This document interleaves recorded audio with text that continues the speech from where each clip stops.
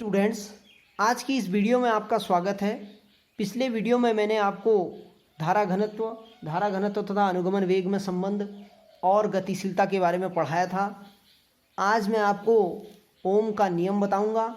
इसी नियम की सहायता से विद्युत प्रतिरोध, विद्युत चालकता, विशिष्ट प्रतिरोध एवं विशिष्ट चालकता को हम परिभाषित करेंगे।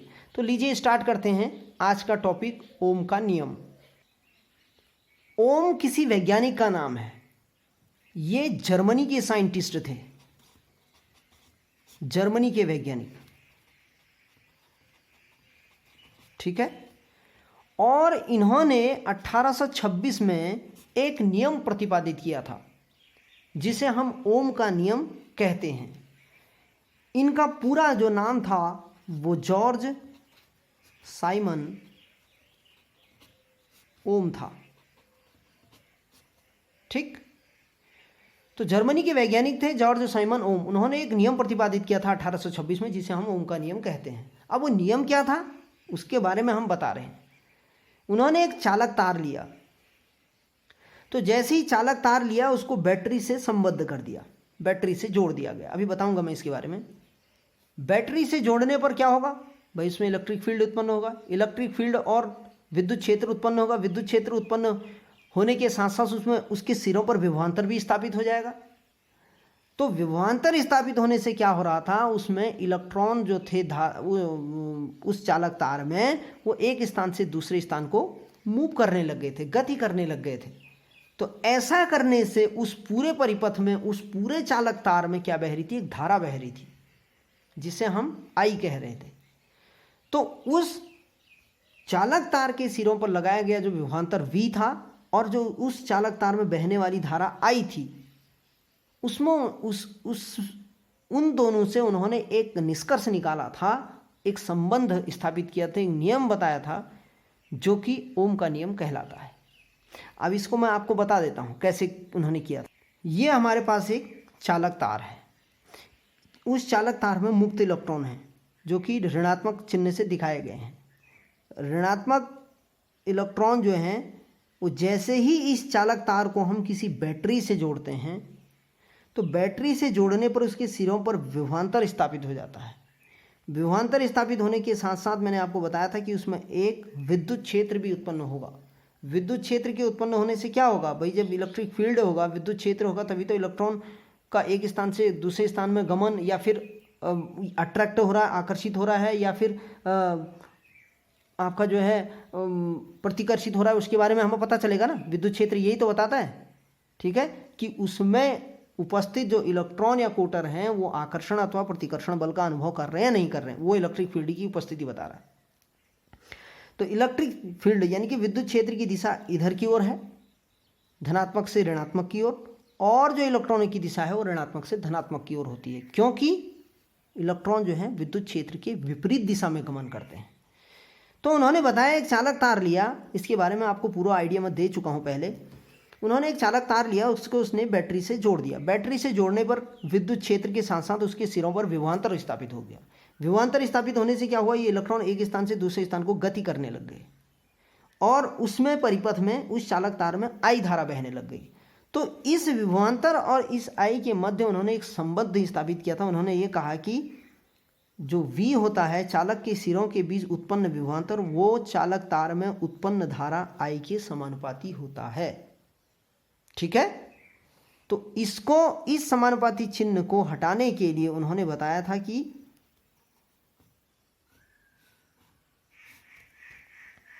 V बराबर IR। ये R एक नियतांक था, मेरे अनुसार नहीं, उनके अनुसार, जो जिसे उन्होंने क्या कहा, प्रतिरोध, ठीक। तो उन्होंने क्या कहा, नियम में क्या कहा उन्होंने, किसी चालक के सिरों के बीच उत्पन्न विभवांतर तथा उस चालक तार में बहने वाली धारा का अनुपात एक नियतांक होता है जिसे हम प्रतिरोध कहते हैं, उस नियतांक को। यही ओम का नियम है। या ये कह सकते हैं किसी चालक तार में बहने वाली धारा या किसी चालक तार के को बैटरी से जोड़ने पर उसके सिरों के बीच उत्पन्न विभवांतर उसमें धारा I के समानुपाती होता है। ठीक है। दूसरी ओर किसी चालक तार के सिरों के बीच उत्पन्न विभवांतर तथा उसमें बहने वाली धारा का अनुपात एक नियतांक होता है जिसे हम प्रतिरोध कहते हैं। यह प्रतिरोध भिन्न भिन्न चालकों के लिए भिन्न भिन्न होता है। ठीक है, अलग अलग चालकों के लिए अलग अलग व्यवहार करता है। तो अब हम जानते हैं, और दूसरी अवस्था में ये कह सकते हैं हम ओम के नियमानुसार कि यदि किसी चालक का ताप न बदले, ताप का मतलब टेम्परेचर सेम रहे उसका, या फिर यदि किसी चालक की भौतिक अवस्था में कोई परिवर्तन न हो, ठीक है, भौतिक अवस्था जैसे उसकी स्थिति थी वैसी एज इट इज, तो उसके सिरों के बीच उत्पन्न विभवांतर तथा उसमें बहने वाली धारा का अनुपात एक नियतांक होता है जिसे हम चालक का प्रतिरोध कहते हैं।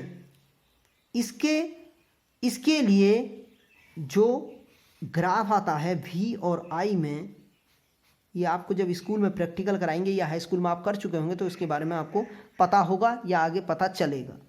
तो इसमें एक स्ट्रेट लाइन आती है, सीधी रेखा आती है, सरल रेखा V और I के बीच में। किसके लिए? जब चालक तार का ताप नहीं बदल रहा है। यदि बदल जाएगा तो फिर वो अलग टाइप की रेखा आएगी, वो ग्राफ अलग टाइप का आएगा। ठीक है, तो ये ओम का नियम था।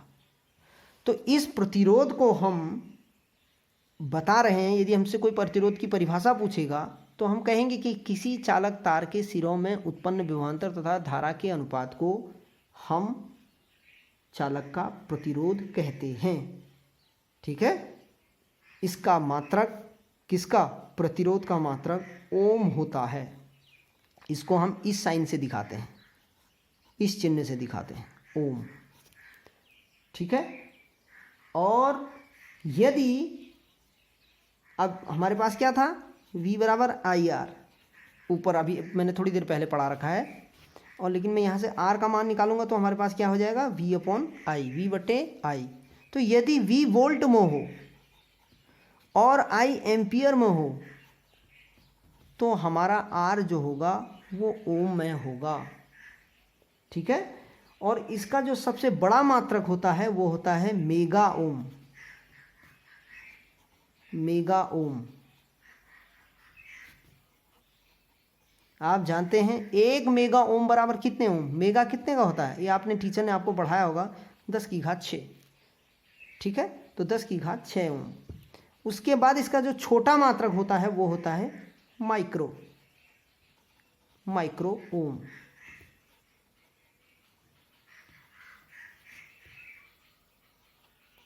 माइक्रो ओम, 1 माइक्रो ओम बराबर कितने ओम? माइक्रो कितने का होता है? 10 की घात -6 ओम। तो ये याद रखना हम, ये आपका ओम का नियम और प्रतिरोध की परिभाषा है। तो ये प्रतिरोध का मात्रक हो गया ओम, और प्रतिरोध का बड़ा मात्रक मेगा ओम, प्रतिरोध का छोटा मात्रक माइक्रो ओम। ठीक, क्लियर है? अब विद्युत प्रतिरोध के मात्रक और विमा, या फिर हम विमा मूल मात्रक या फिर MKS पद्धति में कैसे निकालेंगे, या फिर विमा हम कैसे निकालेंगे वो देखिए। अब हमारे पास सूत्र क्या था? R बराबर V बटे I। ठीक है, R बराबर V बटे I। वही विभवांतर की विमा क्या होती है और I की विमा क्या होती है, ये आपको पता होना चाहिए। ये मैं पूर्व में आपको निकाल के बता चुका हूँ कि विभवांतर और विभव की विमा एक ही होती है। I एम्पियर की धारा की जो विमा होती है वो क्या होती है वो आपको लिखना है, उसी से आपको प्रतिरोध की विमा मिलेगी। जो विभवांतर की विमा होती है वो होती है आपकी ml² T की पावर -3 A की पावर -1 A की घात ऋण 1, और I एम्पियर को हम A से लिख सकते हैं। तो ये टोटल विमा क्या हो जाएगी? ml की घात 2 T की घात ऋण 3 A की घात ऋण 2। ये आपका विद्युत प्रतिरोध की विमा हो गई।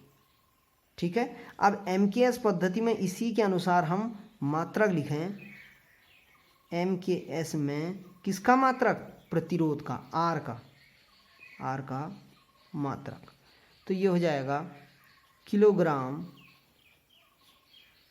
मीटर स्क्वायर सेकंड की घात ऋण 3 एम्पियर की घात ऋण 2। ये आपका एमकेएस पद्धति में मात्रक हो गया। ठीक है, अब हम पढ़ते हैं विद्युत चालकता। अब जो विद्युत चालकता होता है, ठीक है, विद्युत चालकता की परिभाषा ये है कि विद्युत प्रतिरोध के व्युत्क्रम को, यानी कि आर मतलब विद्युत प्रतिरोध के व्युत्क्रम को क्या कहते हैं? विद्युत चालकता।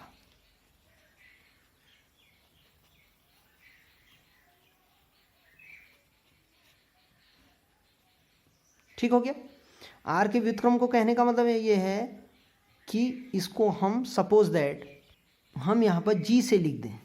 किसको लिख रहे हैं? विद्युत चालकता को। तो आर के व्युत्क्रम को 1/r, आर का उल्टा तो हुआ, तो 1/r प्रतिरोध की विमा क्या मात्रा क्या था? ओम। ये ओम ऊपर आएगा तो कितना हो जाएगा? ओम की घात ऋण 1, अर्थात इसे हम मोहो भी कहते हैं, मोहो। ठीक है, विद्युत चालकता हम विद्युत प्रतिरोध के व्युत्क्रम को कहते हैं। इसे हम जी से प्रदर्शित करते हैं। कई किताबों में अलग अलग टाइप से इसे प्रदर्शित किया है, तो इसमें कंफ्यूज मत होना। तो 1/r, आर का मात्रक ओम, ओम को हम ऊपर ले आए, ओम की घात ऋण 1 मोहो। ठीक है, और इसकी विमा जो हो जाएगी वो आपकी प्रतिरोध की विमा की उल्टा हो जाएगा, व्युत्क्रम हो जाएगा। तो प्रतिरोध की विमा क्या थी? ml स्क्वायर टी की घात ऋण 3 ए की घात ऋण 2, यही था। तो ये ऊपर आ जाएगा, क्या हो जाएगा? m की घात ऋण 1 l की घात ऋण 2 t की घात 3 a की घात 2। ठीक है, तो इसका मात्रक क्या हो जाएगा? किलोग्राम की घात 1 ऋण 1 मीटर की घात ऋण 2 सेकंड की घात 3 और एम्पियर की घात 2। ठीक है, ये याद रखना, ये एग्जाम में पूछा जाता है। ये छोटी छोटी चीज़ें हैं। अब इसी के आधार पर हम विद्युत प्रतिरोध, विशिष्ट प्रतिरोध तथा प्रतिरोधकता पढ़ेंगे। ठीक है, विशिष्ट प्रतिरोध तथा प्रतिरोधकता। अब विशिष्ट प्रतिरोध आता है। अभी तक हम प्रतिरोध के बारे में पढ़ रहे थे, अब हम पढ़ेंगे विशिष्ट प्रतिरोध अथवा प्रतिरोधकता। ये दोनों एक ही चीज़ हैं, प्रतिरोध अथवा विशिष्ट प्रतिरोध अथवा प्रतिरोधकता। ठीक है, इसको हम रो से प्रकट करते हैं। ठीक है, किससे प्रकट करते हैं? प्रदर्शित करते हैं रो से। तो होता क्या है कि यदि हमारे पास कोई चालक तार है, अभी मैंने बताया आपको, उसमें विद्युत धारा बह रही है। ठीक है, तो उसमें इलेक्ट्रॉन एक स्थान से दूसरे स्थान को चलने लगते हैं। ठीक है, तो उसमें हम धारा और अनुगमन वेग और विभवांतर की बात इस समय नहीं कर रहे हैं। ठीक है, हम उसको छोड़ दे रहे हैं। तो हमारे पास एक धात्विक चालक है, उसमें जो किसी बिंदु पर उत्पन्न विद्युत क्षेत्र होता है E, और धारा घनत्व J के अनुपात को, यानी कि यदि कोई हमारे पास धात्विक चालक हो, उसमें विद्युत क्षेत्र उत्पन्न हो रहा हो E तथा धारा घनत्व J के अनुपात को हम विशिष्ट प्रतिरोध अथवा प्रतिरोधकता कहते हैं। ठीक है, तो इसको हम कैसे देखेंगे? अब धारा घनत्व के बारे में मैं आपको पहले पढ़ा चुका हूँ, विद्युत क्षेत्र के बारे में भी पढ़ा चुका हूँ कि विद्युत क्षेत्र क्या करता है। किसी चालक की में इलेक्ट्रॉन अथवा कोटरों की को आकर्षण अथवा प्रतिकर्षण बल का जो अनुभव कराता है वो क्या है? विद्युत क्षेत्र है। धारा घनत्व क्या है? वो भी मैंने बताया था आपको। यदि किसी बिंदु पर प्रति एकांक क्षेत्रफल अभिलंबोत गुजरने वाली धारा I और A के अनुपात को हम क्या कहते हैं? J कहते हैं। ठीक है, तो E हमारा क्या है? विद्युत क्षेत्र। इसका मात्रक क्या था? वोल्ट प्रति मीटर। ठीक, धारा घनत्व J का मात्रक क्या था? एम्पियर प्रति मीटर स्क्वायर। भाई यही तो पढ़ा था हमने, आप लोग ध्यान नहीं देते लग रहा है। वोल्ट प्रति मीटर, तो इसका ये हो गया, सॉरी ये वोल्ट प्रति मीटर नहीं, न्यूटन प्रति कूलाम होता है, ठीक है। ई का मात्रक जो होता है न्यूटन प्रति कूलाम, और जे का मात्रक क्या होता है, एम्पियर प्रति मीटर स्क्वायर। तो न्यूटन प्रति कूलाम को क्या लिख सकते हैं हम, न्यूटन प्रति कूलाम बटे मीटर स्क्वायर बटे यही तो लिख सकते हैं हम, ये ऊपर नीचे हो जाएगा। तो न्यूटन को क्या लिख सकते हैं हम, किलोग्राम मीटर सेकंड की घात ऋण 2। कूलाम को क्या लिख सकते हैं हम, एम्पियर सेकंड, ठीक है। मीटर स्क्वायर को मीटर स्क्वायर ही रहने दिया हमने, एम्पियर को हमने एम्पियर ही रहने दिया, ठीक हो गया। तो ये हो जाएगा किलोग्राम मीटर का क्यूब सेकंड की पावर ऋण 3 एम्पियर की घात ऋण 2, ठीक है। तो ये इसका रो का मात्रक हो गया, ये याद रखना आप, ठीक है, ये याद रखना। तो अब इसी के चलते यदि हम रो विशिष्ट प्रतिरोध और प्रतिरोध में संबंध निकालें, हमारे पास रो और आर के बीच संबंध,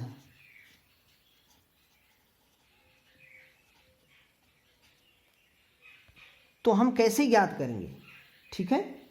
तो अभी मैंने आपको थोड़ी देर बताया था पहले कि यदि हमारे पास एक चालक तार हो और उसकी लंबाई L हो, ये मैं बता चुका हूँ, E बराबर V/D या V/L, ये मैं बता चुका हूँ आपको एक सूत्र।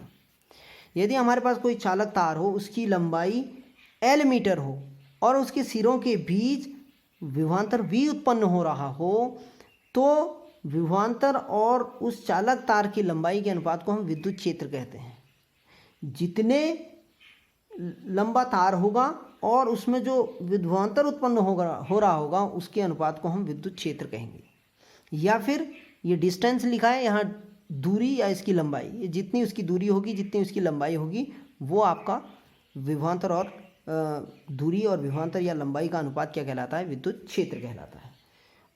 E बराबर V/D या V/L, और J बराबर क्या होता है हमारा, I/A,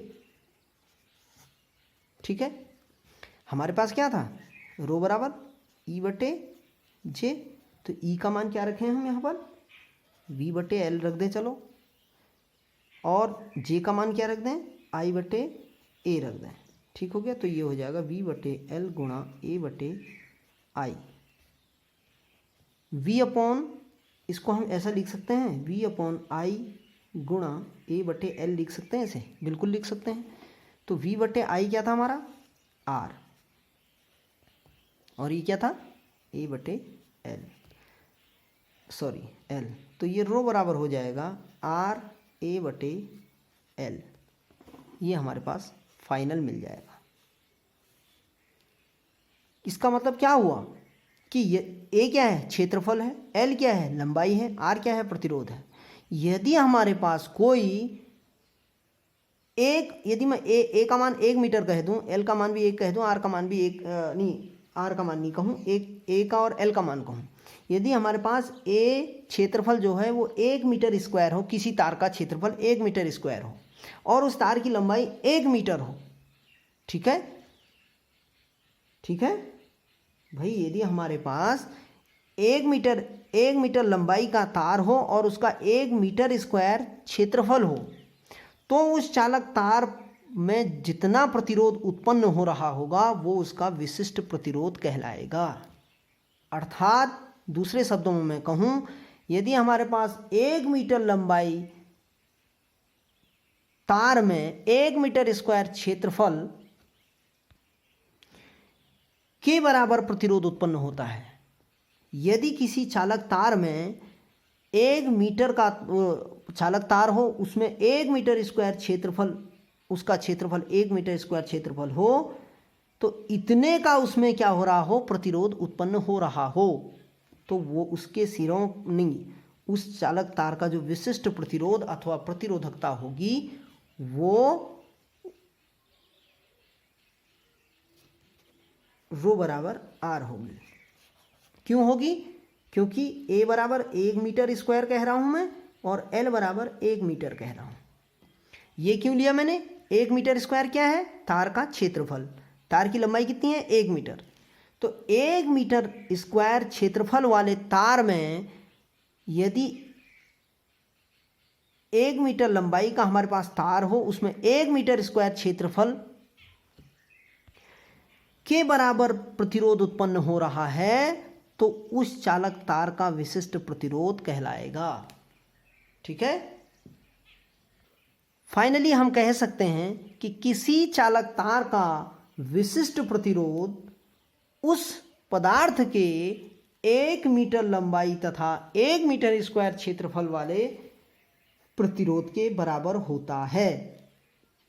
और इस विशिष्ट प्रतिरोध का जो मात्रक होता है, इससे निकालेंगे हम आर का मात्रक ओम, क्षेत्रफल को मीटर स्क्वायर और लंबाई को मीटर। तो ओम मीटर स्क्वायर बटे मीटर, तो ये हो जाएगा ओम मीटर, या इसको ऐसे भी लिख सकते हैं ओम मीटर। मीटर से मीटर की घात कैंसिल, तो इसका मात्रक जो होता है वो ओम मीटर होता है। इसी से हम विमा भी निकाल सकते हैं। विमा क्या होगी करके? रो बराबर आर ए बटे एल। आर की विमा हमारे पास क्या थी? एम एल की घात 2, टी की घात ऋण 3, ए की घात ऋण 2। क्षेत्रफल कितना है? मीटर स्क्वायर, यानी कि हम इसको एल स्क्वायर लिखेंगे, एल। ठीक हो गया। इसको हमेशा हम ब्रैकेट में रखेंगे, तो ये हो जाएगा हमारा एम एल की घात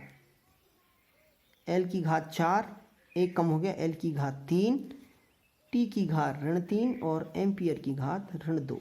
ये इसका विमीय सूत्र हो गया। किसका? विशिष्ट प्रतिरोध अथवा प्रतिरोधकता। और आप लोग ये ध्यान रखना कि यदि जो हमारे किसी चालक तार का जो प्रतिरोध आर होता है, वो उस चालक तार की लंबाई के समानुपाती होता है और उस चालक तार के क्षेत्रफल के व्युत्क्रमानुपाती होता है। ये पॉइंट नोट करना। कहने का मतलब यह है कि यदि चालक तार की लंबाई हम दोगुनी कर दें तो हमारा प्रतिरोध 4 गुना हो जाएगा।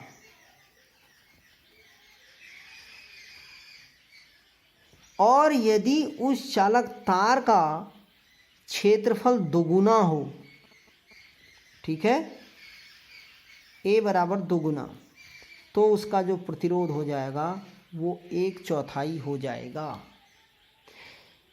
कहने का मतलब यह है कि किसी चालक तार की लंबाई को दोगुना करने पर उसका प्रतिरोध 4 गुना, और उस तार को दोहरा करके मोड़ने पर ऐसे उस चालक तार का प्रतिरोध 1/4 तथा उसका क्षेत्रफल 2 गुना हो जाएगा। और हमेशा ये याद रखना कि जो धातु का छोटा व मोटा तार होता है, ठीक है, उसका प्रतिरोध कम होता है किसकी तुलना में? यदि हमारे पास लंबा व पतला तार है, उसका एक लंबा व पतला तार है, इसका जो प्रतिरोध होगा वो मोटे और छोटे तार के प्रतिरोध से अधिक होगा। आर बराबर अधिक, आर बराबर कम, इन दोनों को तुलना करने पर। ठीक है, ये चीज़ याद रखना। अब हम पढ़ेंगे धातु का विशिष्ट प्रतिरोध धातु के प्राचलों के। ओम के नियम को जब हम अनुगमन वेग से सिद्ध करेंगे, अभी आया नहीं है, वो हमारे उसमें प्रतिरोध का सूत्र R बराबर ml बटे NE स्क्वायर टाउ ए निकलता है। लेकिन रो का मान मैं यहाँ से निकालूँ, क्योंकि रो बराबर होता है हमारे पास L अपॉन ए, तो R का मान रख देंगे हम ml बटे NE स्क्वायर टाउ ए, ठीक है, गुणा L बटे ए, तो हमारा हो जाएगा ये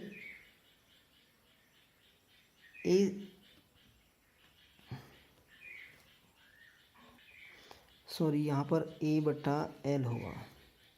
ए बटा एल। ये ए है, ये एल है, ये ए है, ये एल है, क्योंकि उसमें आर में होता है हमारा रो एल अपॉन ए, तो इसमें रो में हो जाएगा आर ए अपॉन एल। ये याद रखना है, हो जाता है इसमें कभी कभी मिसअंडरस्टैंडिंग हो जाती, तो ए से ए कैंसिल हो जाएगा, एल से एल कैंसिल हो जाएगा, तो हमारे पास बच जाएगा एम बटे एन ई स्क्वायर टाउ। ये हमारे पास प्राचल के पदों में समीकरण आ जाएगा, एम बटे एन ई स्क्वायर टाउ रो बराबर।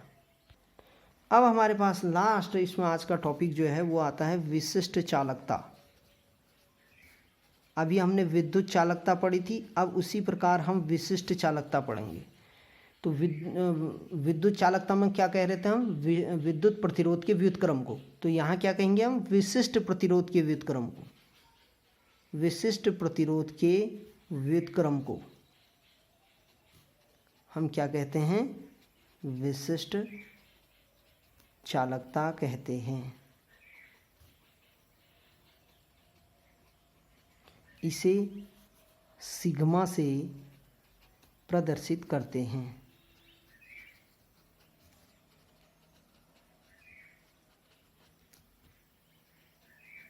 इसे सिग्मा से प्रदर्शित करते हैं। तो सिग्मा बराबर क्या हो जाएगा, 1/रो। तो रो का मात्रक क्या था, अभी बताया था मैंने आपको, किलोग्राम मीटर की घात 3 सेकंड की घात -3 एम्पियर की घात -2। तो ये ऊपर आ जाएगा, क्या हो जाएगा, किलोग्राम की घात -1 मीटर की घात -3 सेकंड की घात 3 और एम्पियर की घात 2। इसी आधार पर इसका जो विमीय सूत्र हो जाएगा ये हो जाएगा। तो किसी धात्विक चालक के विशिष्ट प्रतिरोध के व्युत्क्रम को हम विशिष्ट चालकता कहते हैं। ठीक है, हमारे पास लास्ट जो टॉपिक है वो है विशिष्ट चालकता, वो धारा घनत्व में संबंध।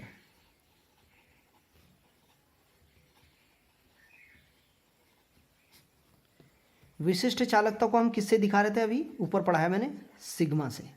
ठीक है, तो सिग्मा बराबर क्या होता है, 1/रो। और धारा घनत्व को किससे दिखा रहे थे, जे से। ठीक है, तो रो बराबर क्या बताया था मैंने, विद्युत क्षेत्र और धारा घनत्व के अनुपात को हम क्या कहते हैं, विशिष्ट प्रतिरोध कहते हैं। ठीक हो गया। तो रो का मान हमने कहाँ पर रख देंगे, हम इस रो का मान यहाँ पर रख देंगे हम सिग्मा में। तो ये हो जाएगा, क्या हो जाएगा, E/J। ठीक है, तो ये क्या हो जाएगा, बराबर J/E।